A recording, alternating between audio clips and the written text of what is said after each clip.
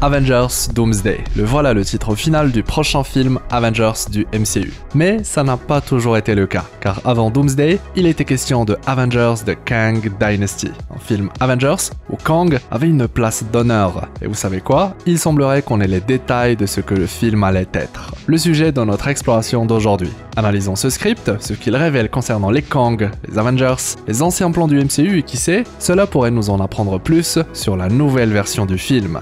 Sortez vos costumes de super-héros, installez-vous confortablement et explosez le pouce bleu avec le gant de l'infini. Je suis Heroes FR. Aujourd'hui, on s'attaque à l'histoire inédite de Avengers The Kang Dynasty. Bon visionnage. Avant toute chose, commençons par préciser deux éléments très importants. Le premier, c'est que malgré l'abandon de l'histoire originelle de Avengers The Kang Dynasty, le personnage de Kang le Conquérant, lui, n'est pas pour autant mis de côté. À l'heure où sort cette vidéo, aucune information officielle n'a été communiquée par Marvel Studios concernant l'abandon de Kang. Aux dernières nouvelles, du côté des rumeurs, Marvel Studios serait toujours en recherche de l'acteur parfait pour reprendre le rôle. Depuis l'annonce du retour de Robert Downey Jr. dans le MCU, il semblerait que plusieurs personnes aient mal interprété l'arrivée de Doctor Doom dans le MCU. En effet, si le personnage est là pour remplacer Kang en tant que potentielle grande menace de la saga, il n'est en aucun cas question de supprimer Kang. Des projets du MCU comme Loki saison 1 et 2 ou Ant-Man 3 ont incorporé le personnage de Kang dans l'histoire, dans le fil rouge de la saga. Ainsi que l'idée d'un Kang en grand vilain ne soit pas maintenue, ne signifie pas qu'on va seulement arrêter d'en parler, comme s'il n'existait plus. La cohérence d'un univers ne fonctionne pas de cette manière. Kang aura donc son rôle à jouer d'une manière ou d'une autre, et même si le MCU souhaite se débarrasser de lui, et j'insiste là-dessus, cela aura lieu dans un projet du MCU. Le deuxième élément important à préciser avant de débuter notre exploration concerne quant à lui la source des informations qu'on va analyser aujourd'hui. Ils proviennent d'un insider, ce qui veut dire que les informations que révèle cette histoire de The Kang Dynasty sont à prendre avec des pincettes. Petite parenthèse, l'insider en question est le même que celui qui a leaké l'arrivée de Downey Jr. en Doom plusieurs jours avant l'annonce officielle, mais ce n'est pas pour autant que tout ce qu'il a leaké s'est avéré vrai.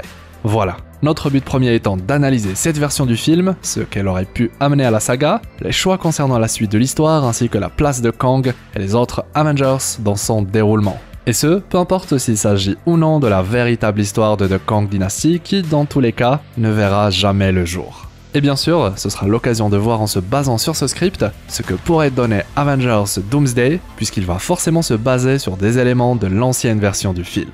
Ceci étant dit, attaquons ensemble l'histoire inédite de Avengers The Kang Dynasty.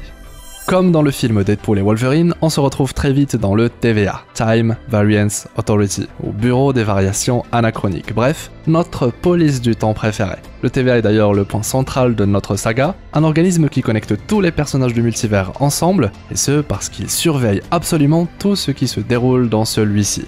On apprend alors que le TVA commence à rassembler des êtres précis à travers le multivers, des êtres encre.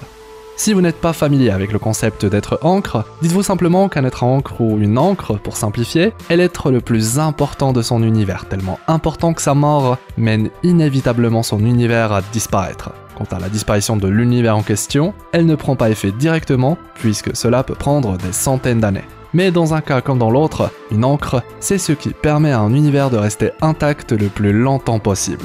Forcément, ces êtres ne sont pas seulement importants puisqu'ils sont des encres, ils sont également importants dans leur univers de base. Ce sont possiblement de grands héros, ou de grands vilains, qui sait, des personnes qui ont un impact si grand sur leur univers qu'ils façonnent son destin.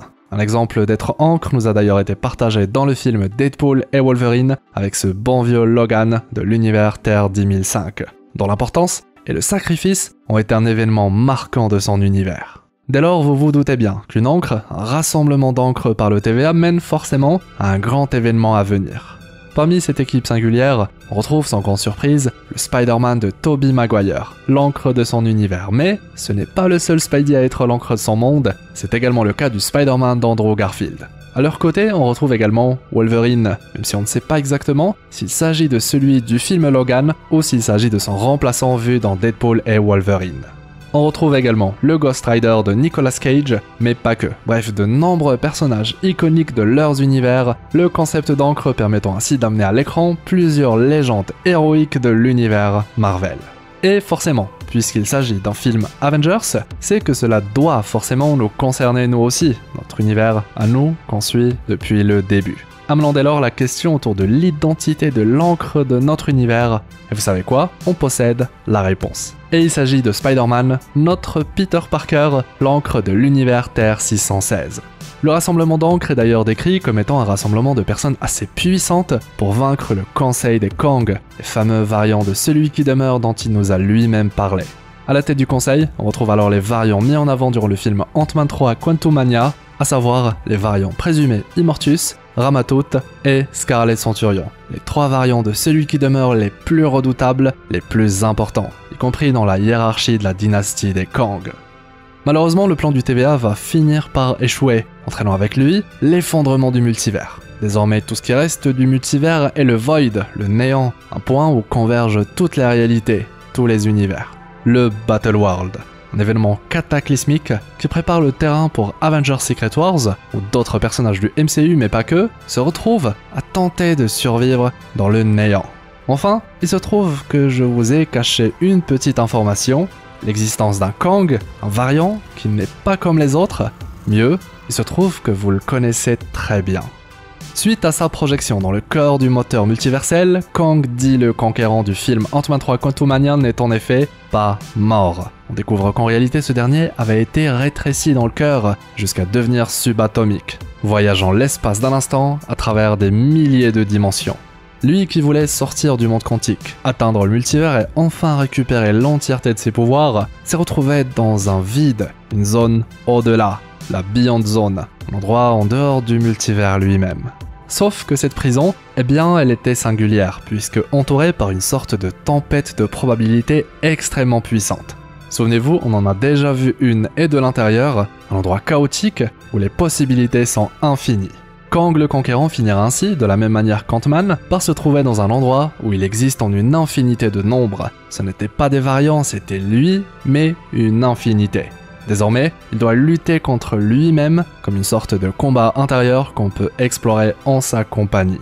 Petit à petit, on commence à se rendre compte que ce Kang est passé par les mêmes étapes que celui qui demeure, qu'il avait fini par comprendre que la seule solution, c'était de s'éradiquer lui-même du multivers. Il doit détruire la dynastie des Kang, et très vite, avec l'aide de ses clones offerts par la tempête, il avait de quoi se frayer un chemin vers le multivers, déclarant ainsi la guerre à ses variants, se dressant là où était avant lui celui qui demeure.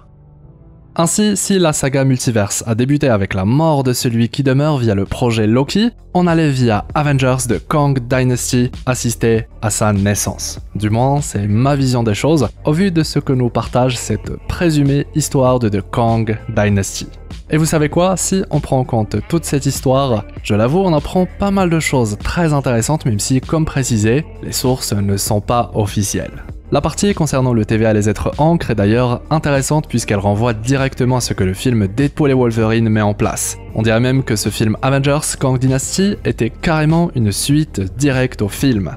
Maintenant, dans le contexte actuel du MCU, je l'avoue, je vois mal Spidey, notre Peter Parker, être l'encre, et ce pour la simple et bonne raison qu'avec l'annonce de Robert Downey Jr. en Doctor Doom, et ainsi le retour du visage de Tony Stark, à mon sens, il est plus pertinent de faire de Tony Stark l'encre, et ce pour la simple et bonne raison qu'il coche toutes les cases comparé à Spidey. Tony et Logan, l'exemple de l'encre, ont d'ailleurs tous les deux fini leur vie avec un grand sacrifice, marquant leur univers à jamais. Et si cela doit rentrer en compte, alors Tony Stark est notre encre. Et si le concept d'être encre est une métaphore du personnage le plus important qui a porté un film ou une saga, là encore, comme Logan, c'est bel et bien Tony Stark qui mérite une telle place. Mais bon, si Spidey finit bel et bien par être l'encre, eh bien pourquoi pas. Même si là encore, un Doctor Strange, une Wanda, je trouve que ça permet bien plus de choses en termes de possibilités s'ils sont bel et bien l'encre de l'univers dit Terre 616. Autre chose, cette présumée histoire de Avengers Kang Dynasty appuie sur la défaite des héros à la fin du film, ce qui renvoie à ce que Infinity War a mis en place. Une défaite qui pousse à venger, d'où la formation des Avengers originels. Là encore, l'idée peut facilement amener Avengers Secret Wars à être le endgame de sa saga. Et jusque là, j'avoue, ça a du sens. Et puis le film ne fait pas seulement écho à Infinity War via sa fin, car Infinity War était un film sur Thanos avant toute chose. Sa quête, son périple pour avoir les gemmes, mais aussi, c'était l'occasion de connaître son histoire. Même le film se termine sur la phrase « Thanos reviendra », comme s'il s'agissait de son film depuis le début. Et là encore, l'idée fonctionne parfaitement avec ce film Avengers concernant Kang le Conquérant, dont le voyage et le combat contre son propre esprit, symbolisé par la tempête de possibilités, renvoient au combat intérieur auquel Thanos a également dû faire face durant son film. Thanos était le seul dans l'univers à pouvoir prendre le rôle du méchant pour le grand bien, y compris si cela signifie sacrifier ce qu'il aime le plus. Là aussi, ce Kang était le seul de ses variants à comprendre qu'il était un danger, le seul variant qui a la volonté de se dresser contre lui-même. Il serait dès lors intéressant de se demander si Avengers Doomsday, le vrai nouveau film Avengers, n'aurait pas la même essence, faisant de son vilain le héros du film, celui qui doit faire les choix difficiles pour le grand bien. Pourquoi pas un anti-héros, un Doctor Doom plus complexe qu'il n'y paraît.